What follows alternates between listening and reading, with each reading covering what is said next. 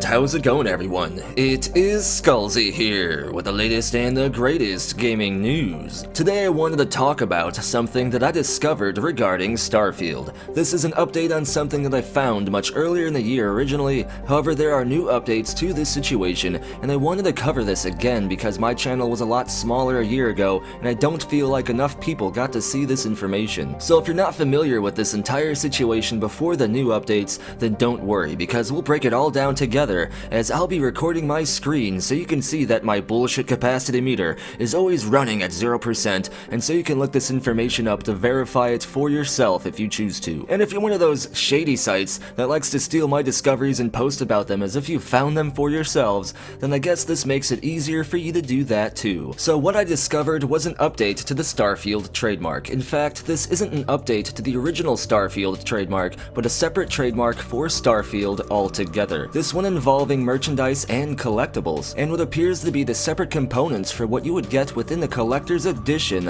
of Starfield. And not only that, but the different collectibles and objects within Starfield's collector's edition seems to allude at what content awaits us within the game itself. And that'll be the focus of today's video, breaking down all of this information within Starfield's trademark update to get a sneak peek at what awaits us within the collector's edition of Starfield, and to further use that information to speculate on what awaits us within the game itself. And we're going to start our adventure right here at the current pending and active list of all of the Starfield related trademarks filed by ZeniMax and thus Bethesda Game Studios. You can see there are numerous Starfield trademarks all filed for separate individual purposes. These purposes range from simply being an international trademark to a trademark that focuses more on the merchandise of Starfield. And as I stated earlier, this trademark will be the one that we will focus on in today's video. And upon looking into the trademark a little bit further in order to get access to its documents and procedures, we can get a bit more information. In fact, a lot more information. This is the database of all information pertaining to this Starfield trademark, and by going to the Goods and Services tab, we can actually see all of the various products that Bethesda is planning to have as Starfield merchandise. And judging by the actual products in this list, as well as the trademark classifications itself,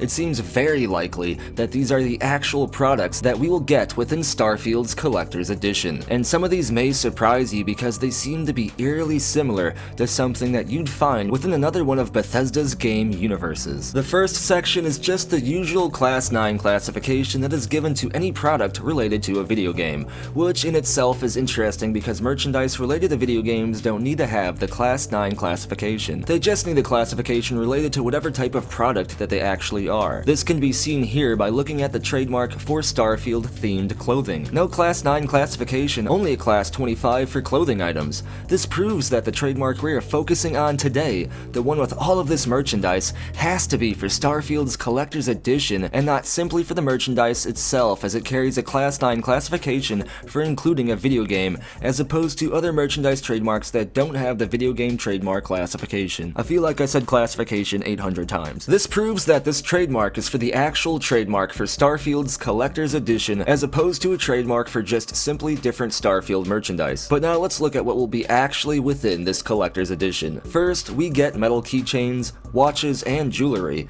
It wouldn't surprise me that a special edition of a game would come with a keychain. This seems to be an easy and popular item to include in these types of things, probably because they're pretty cheap to make. But as for watches and jewelry, I highly doubt that the special edition of Starfield would come with watches and jewelry. I think these are just mentioned because they are round up within the same category, the same trademark classification code that keychains are part of. But I doubt that the keychain would say something like Bethesda or Starfield. Instead, it would have to be something to do with content within the game itself. Maybe the name of the ship, maybe a letter and number combination similar to like N7 from Mass Effect. Only time will tell. But the fact that this Collector's Edition stuff will tie into game content is something that I'll bring up a few times in the video. Next up, we have the weird one. Collectible trading cards, milk bottle caps, leather document portfolios, and an art book. The art book is to be expected. Most special editions come with art books like this, but what really catches my eye is that milk bottle caps part. Why milk bottle caps?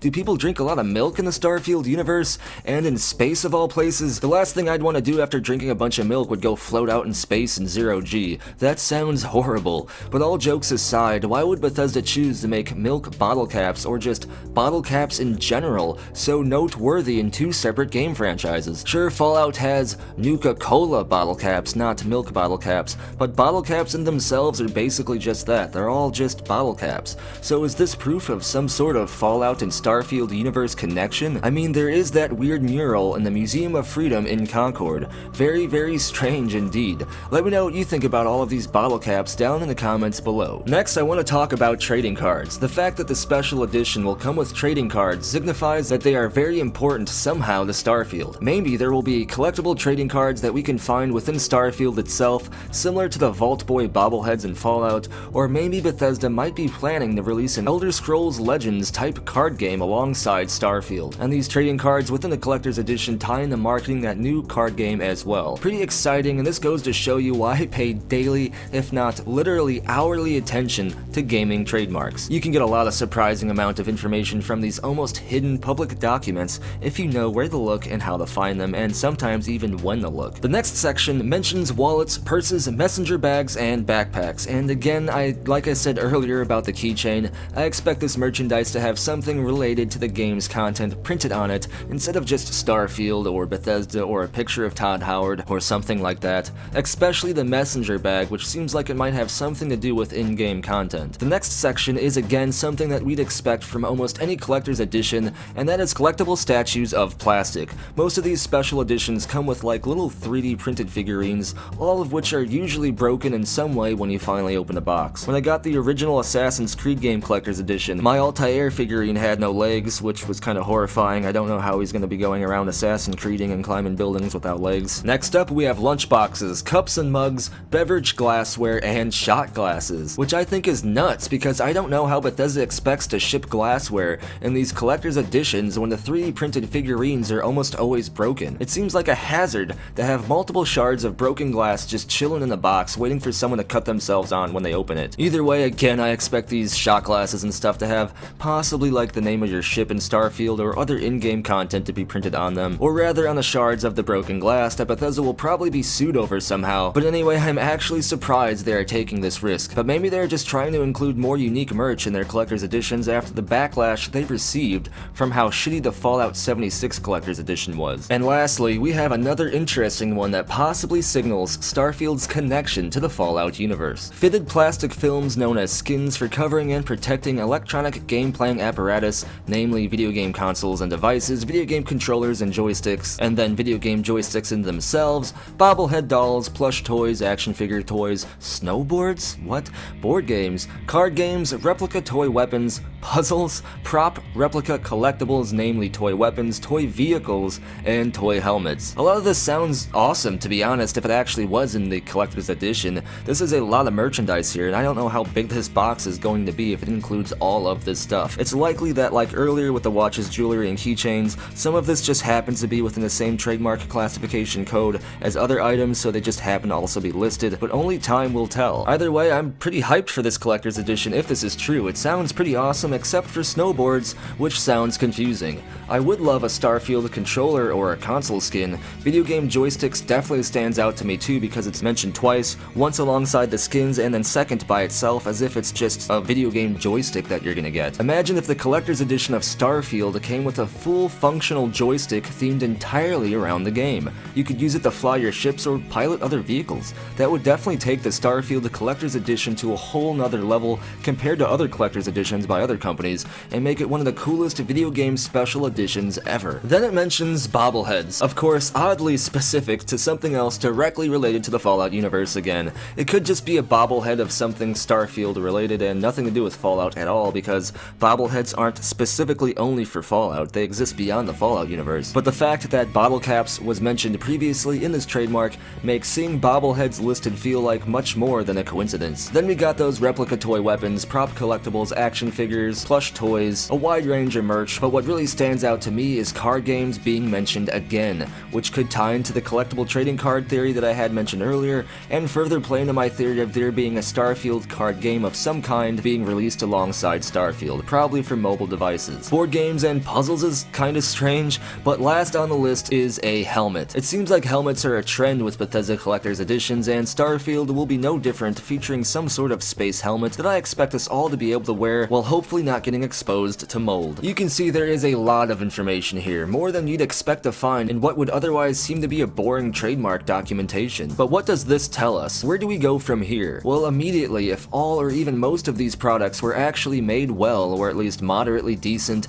and within the collector's edition of Starfield, I would actually be very impressed. It seems like Bethesda is trying to step up the quality of their collector's editions after the great canvas shortage of Fallout 76. Also, it seems very likely that there will be a Starfield card game of some type released directly alongside Starfield, most likely on mobile devices, and lastly, it seems like there is a very real possibility that Starfield and Fallout might somehow take place within the same universe. While personally I don't believe in this crossover theory, the amount of evidence that supports it even beyond the information in this trademark is very solid and numerous. Something that I may break down in a future video if you all want that or are interested in something like that. But as always, what I want to know is, what do you have to say about all of this? What do you think of Starfield's possible collector's edition? Do you think Starfield and Fallout are in the same universe? What's up with the bottle caps? What's up with the snowboards? Let me know down in the comments below, and if your comment wins the internet and may get featured in a future video. Be sure to like this video if you enjoy the content, and subscribe and turn notifications on so you can stay in the know when it comes to the latest and the greatest gaming news. Follow me on Twitter for latest channel updates. Come over to the community Discord chat server where there is always an awesome conversation and speculation taking place. Check out the official Skullzi merchandise site over on Loot Drop, and if you want to have your hand in providing future content